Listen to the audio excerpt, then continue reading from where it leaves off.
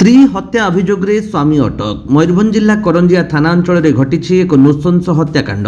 সেলিনাই গাঁরে স্ত্রীকে হত্যা କରିଥିବା অভিযোগে স্বামীকে অটক রখিছি পুলিশ। মৃত মহিଳାଙ୍କ নাম ইচ্ছাবতী দেহুରୀ ବୋଲି ଜଣାପଡ଼ିଛି। ଆଜି ସକାଳେ ସେଲିନାଇ ଗାଁର ଜଣେ ମହିଳାଙ୍କ ମୃତଦେହ ଘରେ ପଡ଼ିଥିବା ସମ୍ବନ୍ଧରେ କରଞ୍ଜିଆ ପୁଲିସକୁ ସୂଚନା ମିଳିଥିଲା। ସୂଚନା ପାଇ ପୁଲିସ ଘଟଣାସ୍ଥଳକୁ ପହଞ୍ଚି ଇଚ୍ଛାବତୀ ଦେହୁରୀଙ୍କର ମୃତଦେହ ଉଦ୍ଧାର କରିଥିଲା। ସାଇଣ୍ଟିଫିକ୍ ଟିମ୍ ଘଟଣାସ୍ଥଳରେ ପହଞ୍ଚି ବିଭିନ୍ନ ପ୍ରମାଣ ସଂଗ୍ରହ କରିଥିଲେ। ପ୍ରାଥମିକ ତଦନ୍ତରୁ ଜଣାପଡ଼ିଛି ଯେ ମଦ୍ୟପାନ କରିଥିବା ଅବସ୍ଥାରେ ସ୍ୱାମୀ ବଳଭଦ୍ର ଦେହୁରୀ ସ୍ତ୍ରୀଙ୍କୁ ଆକ୍ରମଣ କରିଥିଲେ। ଏହି ଆକ୍ରମଣରେ ମହିଳାଙ୍କ ମୁଣ୍ଡ ସମେତ ଦେହର ବିଭିନ୍ନ ଅଙ୍ଗରେ ଗୁରୁତର ଆଘାତ ଲାଗି ରକ୍ତସ୍ରାବ ହୋଇଥିଲା। ଅତ୍ୟଧିକ ରକ୍ତସ୍ରାବ ଫଳରେ ତାଙ୍କର ମୃତ୍ୟୁ ଘଟିଥିବା ସନ୍ଦେହ କରାଯାଉଛି। ପୁଲିସ ଅଭିଯୁକ୍ତ ସ୍ୱାମୀ ବଳଭଦ୍ର ଦେହୁରୀଙ୍କୁ ଥାନାରେ ଅଟକ ରଖିଛି। ଘଟଣାସ୍ଥଳରୁ ହତ୍ୟାରେ ବ୍ୟବହୃତ ଲୁହା ପାଇପ୍ ଓ ଗୋଟିଏ ମୋବାଇଲ ଫୋନ୍ ଜବତ କରିଛି ପୁଲିସ। ଏହି ଘଟଣାକୁ ନେଇ କରଞ୍ଜିଆ ଥାନାରେ କେସ୍ ନମ୍ବର 96/26ରେ ଏକ ହତ୍ୟା ମାମଲା ରୁଜୁ ହୋଇଛି। ଘଟଣାର ତଦନ୍ତ ଅଧିକାରୀ ଭାବେ ସୁଧାଂଶୁ ଶେଖର ସେଠୀ ତଦନ୍ତ ଚାଲୁ ରଖିଛନ୍ତି।